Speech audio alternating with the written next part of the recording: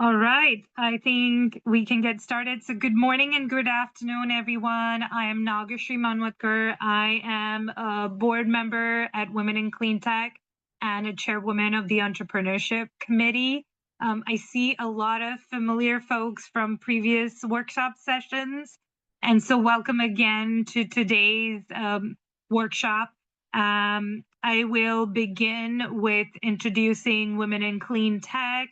I know a lot of you have heard about us, but regardless, for the new folks who have joined, I'd like to give a brief intro. Next slide, please.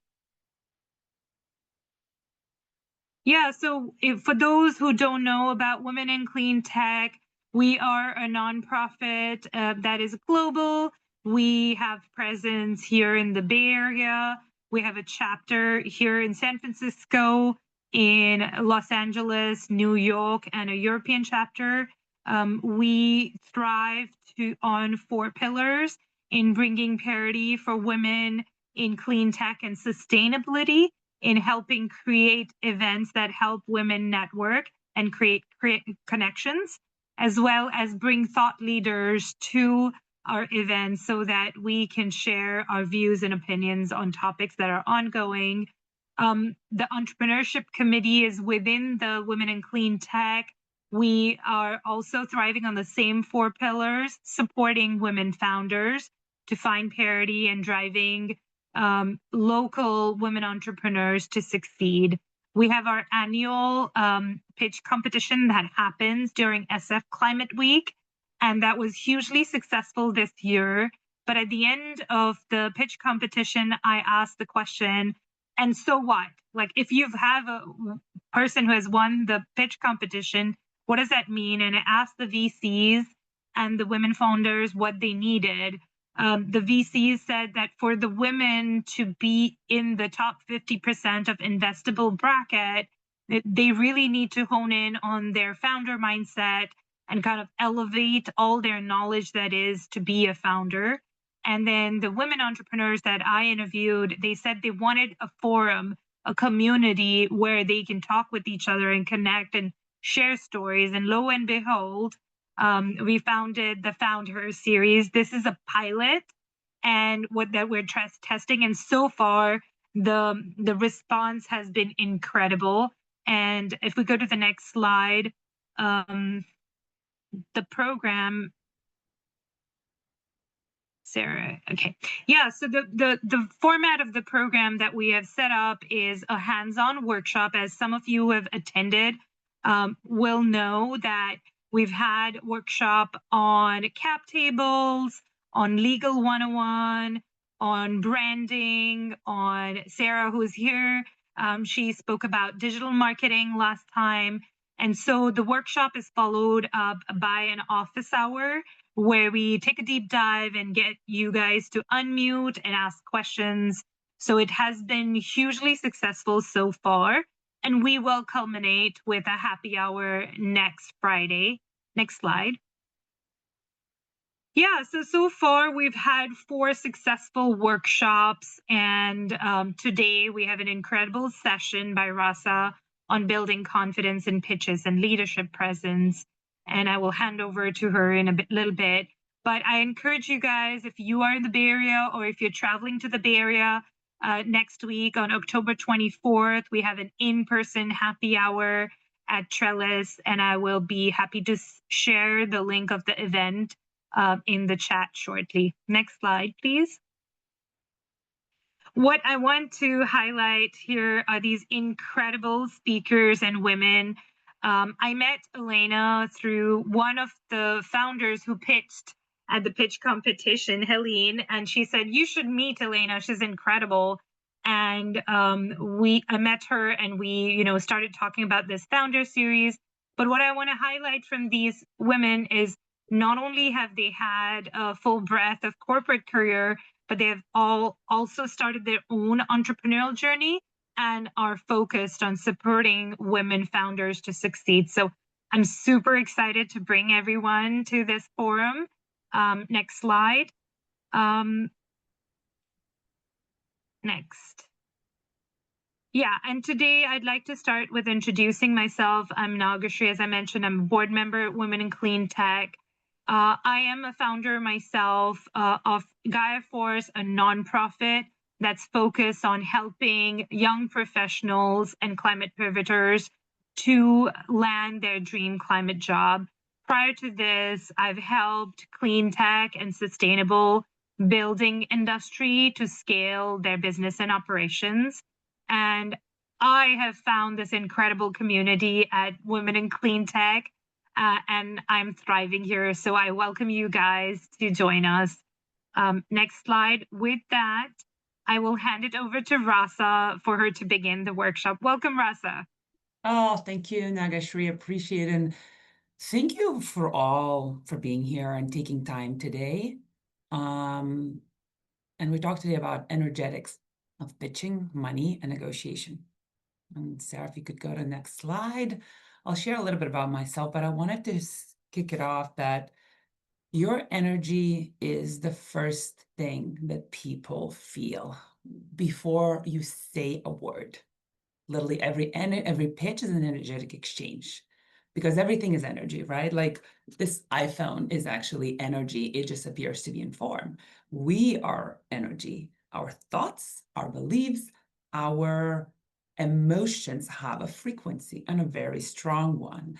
And others around us constantly feel it, because you feel others too. Somebody walks in the room and you can feel it, right? And so today, we'll talk about how to make your thoughts, emotions, beliefs, words, and body to be in alignment. So you're actually not just speaking and showing up confident, but you're like emanating confidence. Because confidence isn't what you say, it's really the field you are broadcasting. Next slide, please. And really, as I mentioned, it's confidence is coherence. It's not performance. The old paradigm, and we believed, fake it till you make it. Anybody tried that and practice it? It it works until it doesn't, right? Or it works for a tiny bit and you can kind of hold it, yet you can nail the pitch, you can have the meeting. And sometimes, like, you probably, when you're on the other side of the table, you might feel like, are they saying the right words? The presentation looks slick, like something doesn't feel right. Because we're actually constantly reading energetic fields by other people. And actually, we're getting more and more involved and in tune with that. And our investors and consumers and customers, everybody is, right? We're all really growing in that and evolving. So the new paradigm is feel it till you embody it. Because a true confidence is actually feeling the certainty before you have the results to prove it. Does that make sense? I can emanate the certainty before I have the results that I desire. Because when I emanate that certainty, then I no longer need to try to be confident. I am emitting that frequency that is a match to those results. Does that make sense? So really, it's about really embodying that most confident, alive, certain version that we naturally are. Every single child is born confident and they're like, I can do everything. I can fly to the moon. I could be this, that, professional hockey player, professionals. Like, they all are confident until we learn to kind of dim our confidence. So really, the confidence is not something we need to gain. It's something that we need to actually dust off and remove all of the things that actually squash our confidence. And that's what naturally emanates from us when we do. So beautiful. Next slide, Sarah. So this is exactly what we're going to cover today. We're going to talk about the unshakable belief. This is a core foundation of creating the results that you desire. We'll talk about money and negotiation energetics.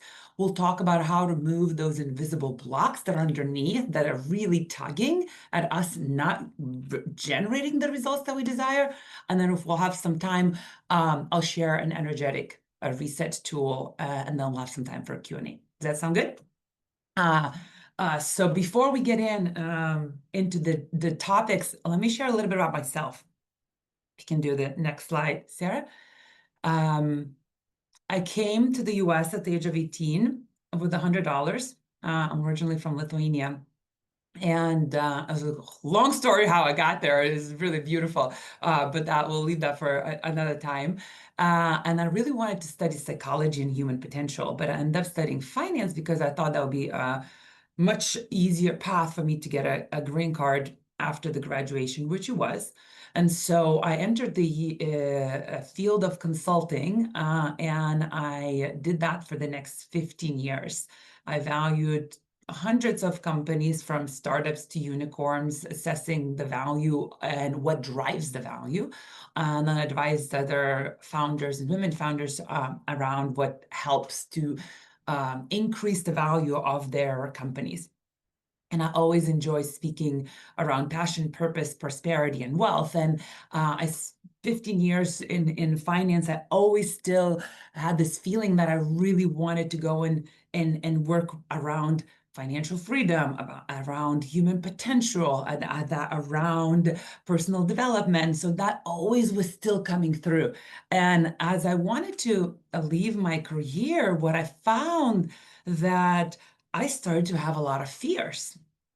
And fears, most of those fears, I was believing that I need like more clarity and more certainty what I'm going to do this. But what really was coming up, there were fears around finances, losing the check that was so comfortable, losing the lifetime, fearing of starting small again. A lot of these things that I had no idea that was underneath the surface. I was a successful finance professional, earning a high salary, having no problem spending that salary. So in my mind, I was like, I don't have any hiccups around money, until I had to actually make a decision that actually was based around money. And we all do, and we don't realize how much of our psychology and how much in our subconscious the money and our relationship to money drives our decisions. And it plays in all the roles and the decisions around where we live, what path of career we choose, and it affects when we start our companies. It affects a lot about how we price ourselves, how we show up in the market, how we show up in the negotiations, how we show up in the fundraising opportunities. So I got so fascinated around the topic. I did a lot of work. I worked with coaches. I worked with really beautiful, profound people in the space around it. I did a lot of deep work around this, and then people start coming and ask me for advice and programs around this topic. So I'm really passionate. And I've supported a number of entrepreneurs who actually are starting their companies, who are considering to leave their corporate careers and started. And so this has been such a passion of mine because it plays such a big role, and oftentimes we have no idea that it does. So this is something that I'm really excited to share with all of us here today. And really my intention is that you walk away with tangible things that actually you can incorporate in your business. And next slide. So before we do, I would invite us to generate some clarity first. I'll go next. And I want you to each take a piece of paper and now think of a one result that you would love to have that you don't yet have. This could be maybe a number of clients you wanted to generate, revenue, funds, whatever you decide. Share in the chat if you're open to. That would be really helpful for me to tailor it based on what you desire to create. But think of like, what is one result that I don't have that I really would desire to create? Because then you actually can apply that, like everything that I'm talking, you'll be applicable to for what you are currently wanting to create. Beautiful, awesome, very specific, love it. Close 12 million raised, perfect. I want you now then decide of the length of time that it feels fun to play with. And if you're closing 12 million, like, right, like, what's the period of time? Is it 3 months? Is it 6 months? Is it a year? Whatever that is, but decide of the month of time, of the length of time. Just something that feels good to you and feels aligned. Something that's a little bit of a stretch, but not so much stretch that you're like falling off the cliff, right?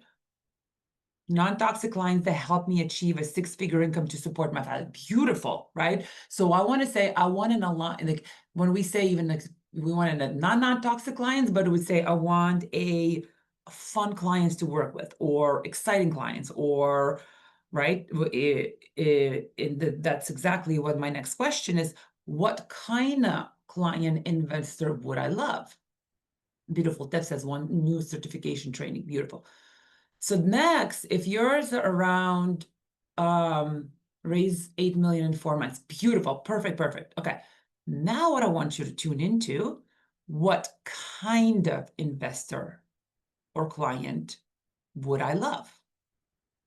Like, I want you to actually feel it, not just like describe, like they need to be in the clean tech or blah, blah, blah, or PE or whatever that is. Or I want you to think of it like, how does it feel to work with this investor? An example could be somebody who's easy to work with, supportive, decisive, responsive, takes action from a place of abundance. Right? Can you think of who's my ideal client? Who would be like, I would love it? Because then we're starting to align with the energetics, like what would I love, not like I need, right? And it's just a number. You're actually starting to feel it. Do you have something? If you have it and you feel it, the next step is I actually need to embody that, because I don't become congruent or in resonance based on what I want. I'm becoming in resonance with who am I being? Am I being decisive? Am I being kind? Am I being supportive of the people that I hire? Am I making decisions from a place of abundance, or have I made decisions on the place of scarcity? Next slide, please. And so when you embody, when you think of that, I wanted to share where we get hiccups in this process. So right now, each of you have a result on the top of the pyramid. You have a result that you desire that you don't yet have. So here's this pyramid that shows how do I actually create this result. And the result, every result is created as a result of certain action. It could be action or non-action, right? Whether we marry because we want a result, we want happiness, maybe we want children, maybe we want fun, right? We start company because we want to make impact, we want to make money, we want to channel our gifts. So everything that we is some kind of result. And so every result requires certain action that we take or not take, right? If I'm playing a tennis match and I see the ball going out, I actually might drop my racket so that I achieve the result that I desire, right, by non-action. And actually, our non-action oftentimes creates a really specific and results that are related to either what we want or we don't want. You, for example, showed up here today and spending your time because you would desire some kind of result. You desire to either feel more confident in your pitches. There's something that I know can be there that can help me unlock the next level success, right? You showed up for these because last week maybe you wanted to learn more about marketing and what can be impactful. You decided I want certain kind of results, I'm taking this action. Then that action actually, your attitude plays a big part of it, because I can show up and say like, well, I want this result, I'm going to be here. And you can be either I'm here, I'm taking notes, I'm on video, I'm like, I'm going to get every single thing that I need to receive from here, because I know when I apply myself, I will actually get this result quicker, faster, or more effectively. Or I can be like, I don't know, like, we'll see. These things usually don't really do much for me. So I will can you see how my attitude will actually impact my action and it'll impact my results? And that one is very self-explanatory and is felt by most of the time, like, okay, this makes sense and I can see that. What we often don't see, what plays even bigger importance, is our beliefs underneath. So our beliefs underneath is what's driving what type of action we take or will not take. Thank you, Brittany. So if I now believe that, oh, these things work, but they don't really work, I show up here in this workshop at like, oh, these things work for other people, but not for my business. Or I would apply this, but I'm not that level yet. Or I already tried this and this hasn't worked for me. So my beliefs underneath is going to significantly impact the action, the action and the quality of action that I'm taking. So what I want you to now think of, that result that I don't have yet, what action am I taking or not taking that is contributing to me of not having that result? Just write it one down. Maybe if I wanted to raise certain money, maybe I reached out to 50 investors, but maybe I don't feel like reaching out to the next 50. Maybe I am hesitant to reaching out at all. Maybe whatever that is, right? Think of, and you can share in the chat as well. What is one action that I'm taking or not taking that contributing to me not having this result?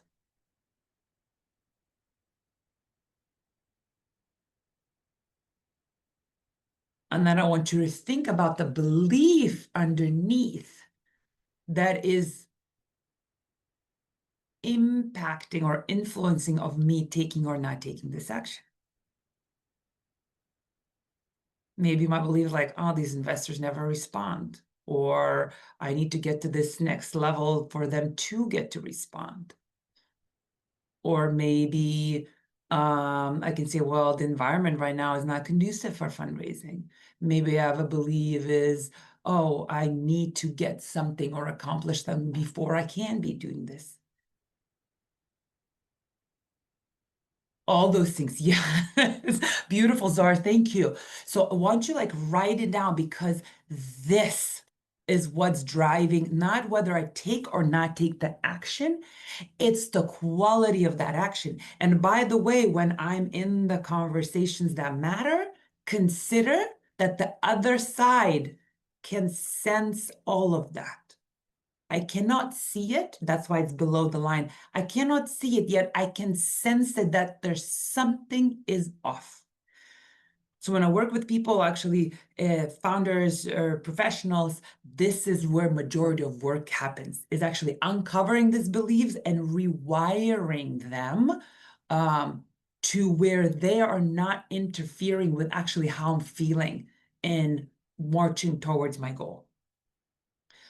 And there's even one more layer deeper. One more layer deeper is actually our priorities and what's important. And priorities and what's important, what I mean by that is not necessarily what's important at that stage of my life. Maybe like, at some point it was important for me to, raise family. And now maybe I'm more important to actualize and realize myself. And now I get more freedom and time to build this business that I'm excited about. I mean more of, there's like two types of priorities that I'm taking my action from. And one is from a place of survival, and the other one from a place of thriving. So when I'm in the place of survival, and this is like a hard because when you're in the early stages of starting your company, there is this like almost like your nervous system gets like really activated, because it always feels like I don't know if I'm going to make it to the next milestone. I don't know, like I'm like spending money. So there's this emotional state activates a place of survival. And when you place on of survival, there's different beliefs, and there's different beliefs that's going to be present, like, oh my God, I like cannot lose this client. Oh my God, I cannot lose this pitch. There's this like very different energetic state that tunes in, versus from a place of thriving. It's like, no, I'm only desired to work with aligned investors. I'm not just going to take anybody into my cap table. So ask yourself, like, am I am I approaching this result that I desire, taking this action from a place of survival or from the place of thriving? They're closely relates to the place of abundance and a place of scarcity.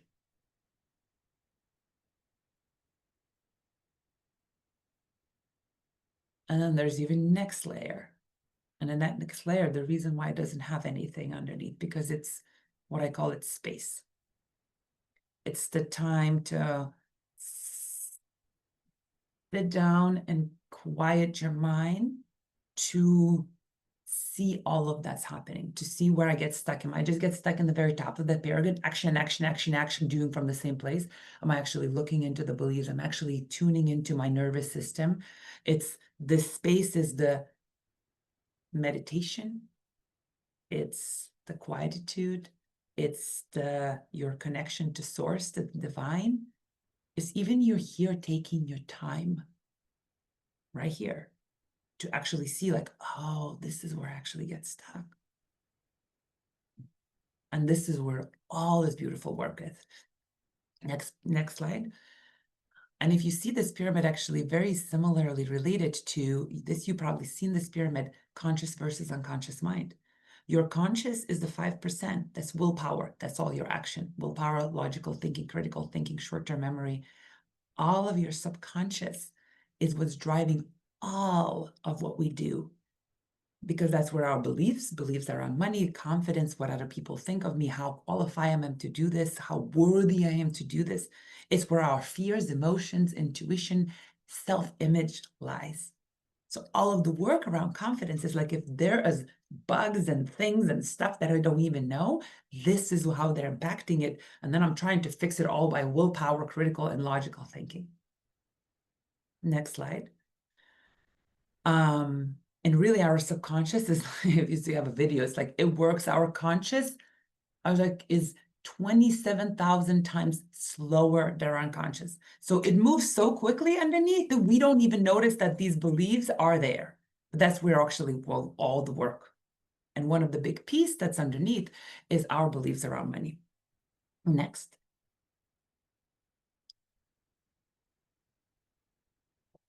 So we'll talk next about the money energetics. And so let's first define what that is. Money energetics is, I used to call it money mindset, but it's bigger than that. Is we each have a certain money imprint that forms really early on in our childhood, probably around the age between 7 and 13. It's our relationship to money. And it's really governs how much good we allow in our lives. And it's not only related to money, it relates to the health and well-being, it's satisfaction and goodness in our relationships, and all of the other material and non-material goods. And it actually regulates exactly how much wealth we allow in our lives. The easiest way to think of it is think of it as thermostat. Like, so our money energy is like a thermostat that is set on a certain degree. Let's say your house is set at 68. Anytime it becomes to get warmer, anytime you're becoming more successful than that, it finds a way to shut it off and to adjust back to 68. And so the good thing is it could be reprogrammed, because it got programmed really early on in our childhood based on how our parents, our society, our community interacted around money. What it says possible, not possible for us, what we can or can afford. If our parents constantly said, I cannot afford this, we cannot do this, we are subconsciously have limitations around what it is, so that we grow and we're like in the same bandwidth. We might be making more money, but we're like, can't seem to break out of this like the band. So once we rewire our energetics, once we understand what's there and start addressing and releasing it, that's when we actually like, oh my God, like there's actually no ceiling. I can go at whatever temperature that I'd like. Next slide. So, that got really small front. So here I wanted just to quickly mention a few major blocks that oftentimes are there around money. This one we actually do a lot of work with my clients, and there's so we'll touch lightly on each of them, but I want you to get a piece of paper and see which one relates closest, or which one really like, oh, yikes, I know I have this one. And again, not from the place of judging, not or place, but just like, oh, I see it, I see it's there, right? It's understanding the beliefs, negative beliefs that I have around money, right? Some and beliefs could range from money is evil to money is power. Neither of them would be true, because it's actually neither. It could be that more money, more problem. It could be that if I'm successful, then people will not like me. If I'm successful, I will, whatever that means for you, right? You have to think about, like, and if you can't even think about the beliefs, think of the beliefs that your mom or your parents had and you heard around the house all the time. You subconsciously have some of it as well. So write down one or two beliefs that you're like, oh, this one is showing up. And by the way, sometimes I think like, oh, this applies to my personal life, but that doesn't apply to my business. Oh no, if they're there, they're playing in your personal finances and they're playing in your business. So they're all there and then showing up, or they're like underneath that surface, just kind of like a current that's impacting and affecting your ability to create that result that you desire. Another block is fear of loss, right? I might have a belief, or like, if I raise this money, oh my God, then I will lose my freedom because these investors will really require a lot of me. Maybe I have a fear of I will lose if I become the successful, if I raise this money, or if my company becomes the successful, I will, that will mean I cannot have time with family, or I cannot travel, or whatever that means. Like, tune in. Is there like a fear of losing something that's associated with getting success? And this one is a subtle, and oftentimes like we dig up places here. Another one is there's not enough. There might be belief, or there's not enough investors, there's not enough funds, there's not enough opportunities right now. All these investors already funded this company, so therefore that's not available for me. There's not enough of new clients, new opportunities, whatever that is. And it can be subtle. There's not enough. There's not enough good employees. There's not enough, whatever that is. Another big one is living in the get mindset. Oh, I need to get to this next point to be able to start having conversations with the investors. Oh, I need to get this certification so that I feel credible and worthy. I need to get this, whatever that is. Once I get it, and this could be in the personal life or your business, once I get to this point, I will be happy. Once I get to this chapter, then I'll be fulfilled. Once my company is XYZ, then I can relax. And then so what it does, this belief is puts the success and this ease and satisfaction and gratitude just at the length, at just away. It's always just out of reach. And what it is, I'm constantly this little gap that feels like, oh, it's close. It never gets closed. And I always live just around it. I always feel like I'm just almost close, versus like, I am in it. I'm loving being in this process. I'm enjoying this fundraising roller coaster, right? I love building my company right now. I am so excited to be sharing my vision with all these people that actually would love to partner with me, right? So we're shifting these, like once we uncover, we can actually shift them. Lack of deserving is another big one. It'd be like, it's interesting, like I talked to some of the people at the fundraising, some of them like, I'm too young, like people don't like give me, I'm too old. So like, I'm too old, I'm too young, I'm not qualified, I'm overqualified, to whatever it is. Oftentimes we create this beliefs around, I am whatever, not deserving to have this abundance, these funds right now, this confidence right now. Have a few more, but let's keep going. But so this is a beautiful space. So if you guys actually be interested in uncovering for you, I invite you to book a session with me, and we can actually support you and uncover and rewire some of these beliefs that we have. Next one. So money really flows towards energetic authority, not the need. The minute we need, an investor needs to have a client need, I emanate lack. The minute I need something, I emanate not having it. And it is felt on the other side.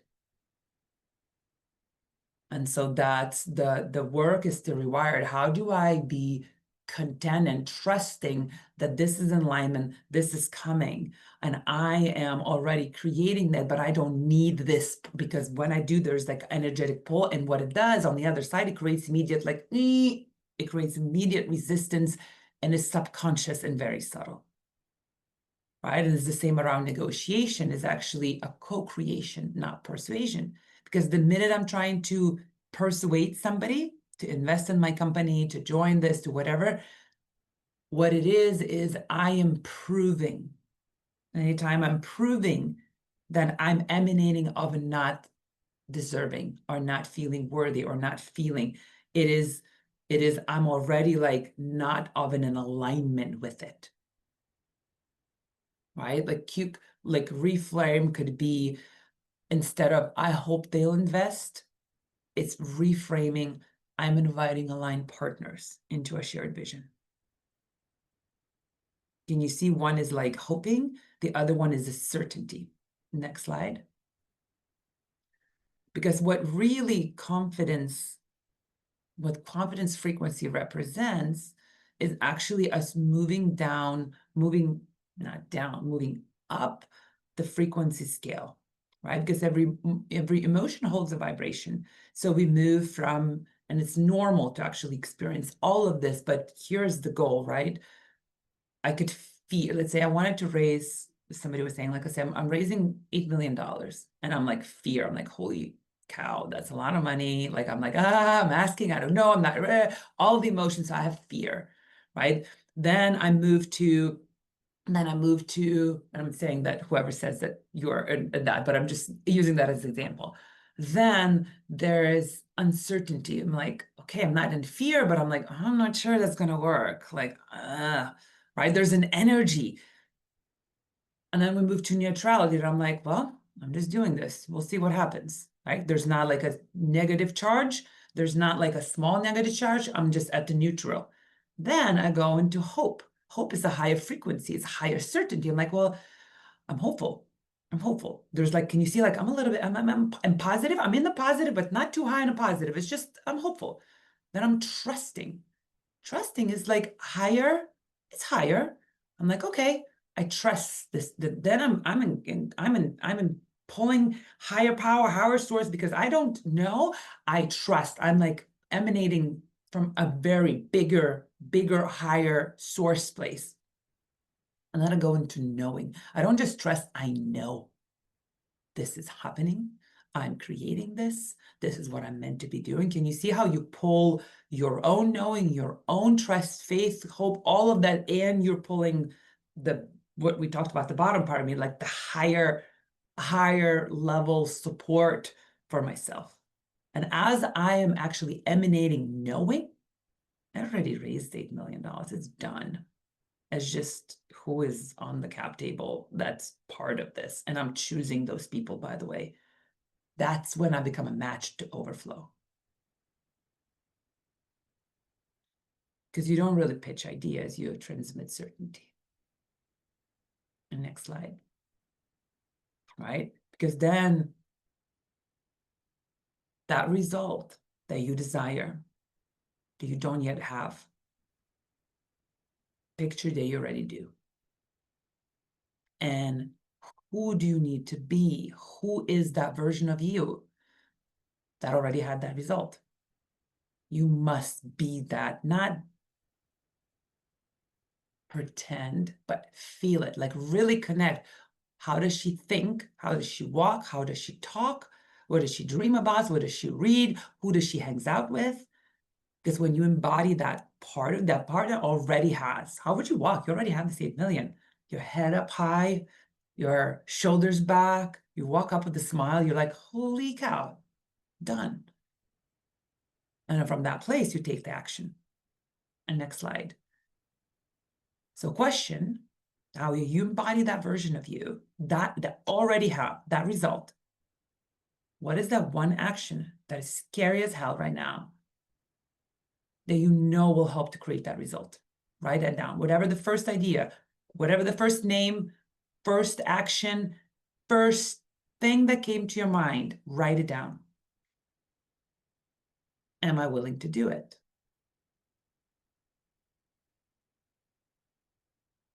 And by when? Because that's how she's doing. The version of you who've raised that, who've done it, she's like, nope, done. Okay, here's what I'm going to do. I'm going to do it by then. I'm going to tell, by the way, drop in the notes that you're doing it because you're already declaring it to this beautiful community of women. And I would also share it with somebody else, like, this is what I'm doing. And I would do it right now after this call, because you just tuned into the energy that you need to be. You just received the action that you need to take. And now it's about doing it. And you don't know what this action is going to result to, but you're just trusting it, that you just received exactly the guidance that you need to do to take this result to the next level, right? So drop and share, what is one action that's coming up for you? And I see we're right at the time, so I'll wrap it up, but please share it, declare it, because that's how you get that result. This is exactly, you tune into that version of you, you're going to receive the guidance, you're going to receive the inspiration, right? Because it's a higher frequency that you tune into, you're knowing, and then you just take action from that place of knowing. And next slide. We're going to skip this because we're like running out of time. And next one, we talked about it. Your frequency is your edge. And every pitch is an energetic transmission. Because when you emanate that knowing, that unshakable belief, your whole world and reality will recalibrate. It has to. It's like gravity. It works like gravity. It's exactly the same force that we're just now learning how to employ. So thank you. Next slide. I think I have my information. Oh, and by the way, you're not meant to be doing this alone. So build your tribe, show up to communities like this. Be here, be connected, stay connected, because it's so much easier to do this together. And last slide. So thank you for being here. Stay in touch. Here's my information, and I'm sure Nagashri is going to share as well. And if you'd love, if this has resonated, you're like, oh my God, this is the key, I would love this.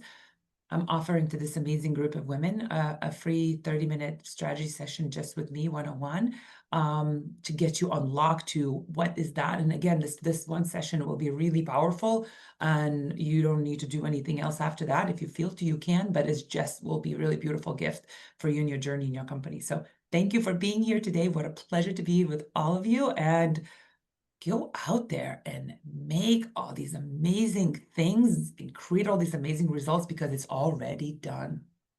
So thank you. Thank you so much, Rasa. I already feel like I'm a founder myself. While you were doing this workshop, I looked at myself on where all I judge myself, where my energy is not correct, and how I can show up. Just as a human being, I think what you taught is important, just to show up as a human being. And we as women, we second guess ourselves at so many fronts. So not only as founders, but as human beings, these are incredible tools. So with that, I will open up the floor for questions. Ladies, please raise your hand. And then when we take your name, please unmute yourself, and if you can share your lovely faces, that would be fantastic as well. So we'll open up the floor for questions here. Yeah, and Sarah, you can probably take the slides or away, and we can connect with whoever had questions. Yeah, do we have any questions? Just unmute and go ahead. Yeah. I have one question while some people think about what questions they have. Rasa, you mentioned to say it out there in the universe, what you want. And I've heard a reverse as well. Don't share, because there are people who have evil intentions. So I know there are like two different spectrums, but like, do you have an opinion on who to share your energetics with? People Mm. who are positive versus people who, think well for you? And how far should you share your commitment? Yeah, it's beautiful. So, there's two things, right? Like there's declaring internally when I make a decision about something, like I'm declaring it to myself, and I can always share this with my higher self. Like that's a powerful declaration. And it's really sacred to have a small group of people who will um who will support you in whatever crazy ideas you have. So if we're fortunate enough to have this small, like you're like literally board of directors, but in your like your, I call them like your tribe sisters who are like, oh my God, you got this. Let's go. How can I help you? Right? So these people you want to share, you can share that because you know you already have an energetic support. I wouldn't and this is depends on what level of sharing. If I'm like committing, like, okay, I'm gonna show up every day, or like I'm gonna send so for the small, for the really intimate things, like, hey, I'm creating this company, hey, I have this big thing coming, hey, I'm really have this vision and I'm connected to this, like to do this, and it's intimate and it's not fully developed, share this with a smaller group of people that will hold you. If I'm wanting like here's what I'm gonna, accountability is what I'm gonna be doing, I can declare this on the bring broader circles, because even just me declaring this, it ignites a next level accountability for myself. Right? Does that make sense? So it's a different when I'm sharing what I'm like, hey, I'm gonna send my deck, or I'm gonna have like pitch live every day for the next 3 weeks. Like I can declare that out loud with whatever circles, and I will like, even nobody will be like, you missed a day or whatever. Even nobody said, like, just because you let it out there, then it helps you get accountable. But that's not to share the ideas like, hey, I have this amazing idea. It's not fully baked, but this is what I wanted to create. That's not for the largest circles. That's for you to nurture with like a very few trusted, literally like humans that you know have your back. Does that answer the question? Yeah. Thank you so much, Rasa. Mm-hmm. Um, as I go through this, I see that there are supporters and there are people who question what you do. And I think when you see the question mark in other people's faces, um, you almost like take that question and make it yours. Like, will I, like you said, right? Yes. I see that in somebody's face and I say, and I'm just elaborating as people, please raise your hands. I am filling the space here to ask more deeper questions, but I would rather give you the space to ask the question. So if anyone has any question, please unmute and go ahead and ask. I have a question. Yes, Go Sarah. for it. I was wondering, Rasa, how do we identify if we are making decisions based on like protecting our peace or protecting our boundaries, or if we're just unconsciously playing small and keeping ourselves in a comfortable spot? Does that make sense? Yeah, beautiful question. How do I know when it's like, hey, um I'm not going for this next goal because like this is really important for me to like nurture this or need more time or whatever, versus I'm just playing it small. And that's beautiful. If I have a desire to, if I'm protecting myself and nurturing, and I'm really loving this period, and I'm like, this feels so right because there's things that are happening and I'm satisfied with how it's happening. If I have a desire for this next level of resolve, I have a desire of this, but then I'm telling myself this is, I need to stay in the safe bubble, then I'm not stretching myself. Does that make sense? It's it's it's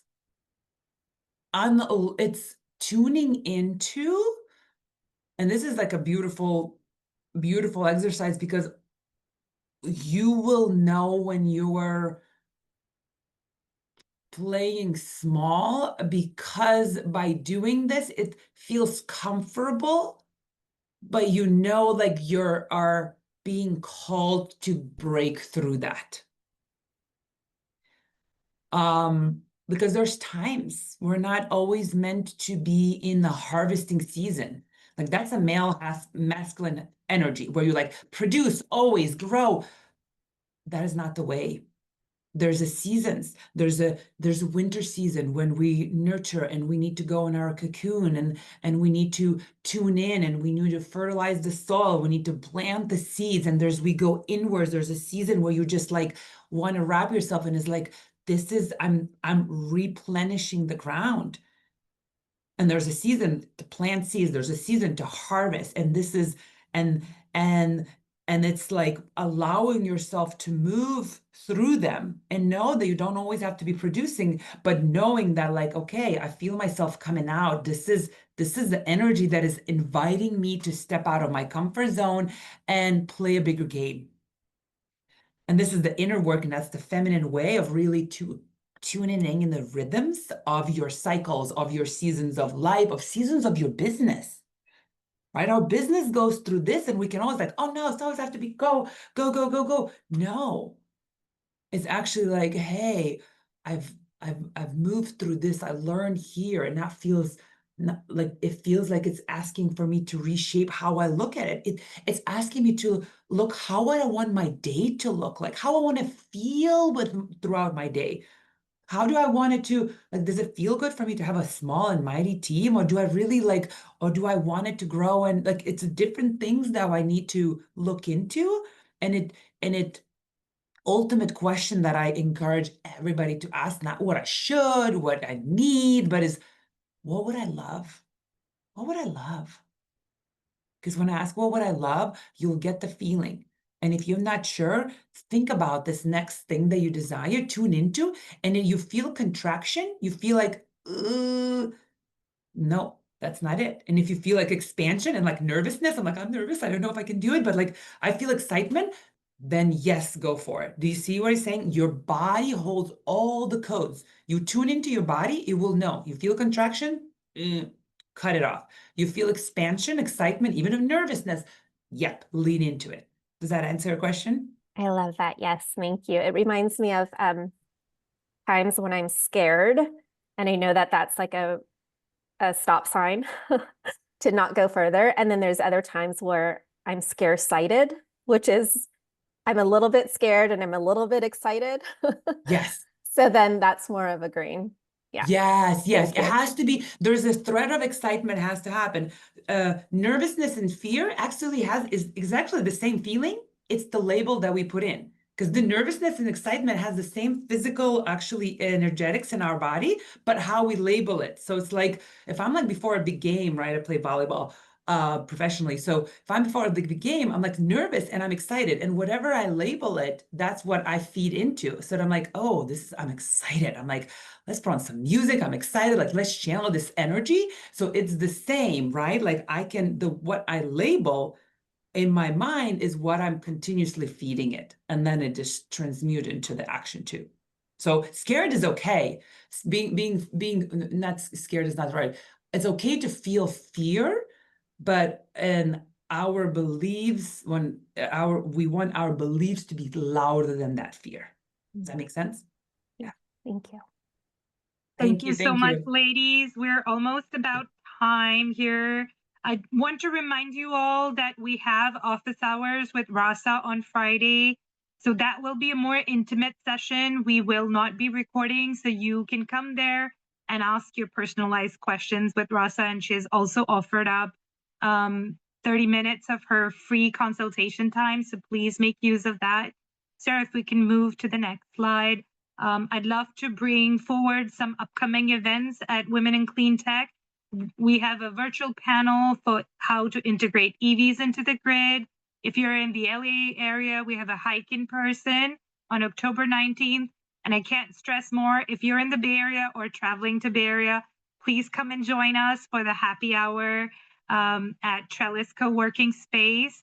And then 27th October, again, we have another happy hour at the Verge conference. So if you're going to attend Verge or not, please come and meet us. And then on November 14th, we have a virtual networking session. So please come and join us. Next slide, Sarah. Please, the way you show us support and for us to create more additional workshops and support you women is become members and be part of this contributing committee. Please join us and become a member. Next slide. Also, we have a section in the corporate membership for startups. If you want to avail that and get spotlights from, it's at a lower price for startups to become a corporate member. So please check out our website if you would like to sponsor us and events like these. Next slide. We have fantastic merchandise as well, and that's how you can support us. Next slide. And thank you for volunteering today. I haven't listed here, but Sarah, who taught the digital marketing workshop, she is a volunteer with the WCS Entrepreneurship Committee, and a big shout out to her, as well as Drisha, who is a second-year student at Carnegie Mellon, and we're recruiting young and early. So please show your support. Please join us as volunteers and become members. Next slide. Yeah, and find us on LinkedIn, find us on Instagram, and support and share information about us with your groups. Next slide. Yeah, and I can't stress more. We are trying our best to bring more programs to you all so that you can be successful. So please look out for the Entrepreneurship Committee. With that, I'd like to end our session today. Thank you all for coming and joining us and supporting us. And I look forward to seeing you all on Friday. So thank you all. Thank you, Rasa, Sarah, and Drisha. I really appreciate it. Take care and have a lovely day. Thank you.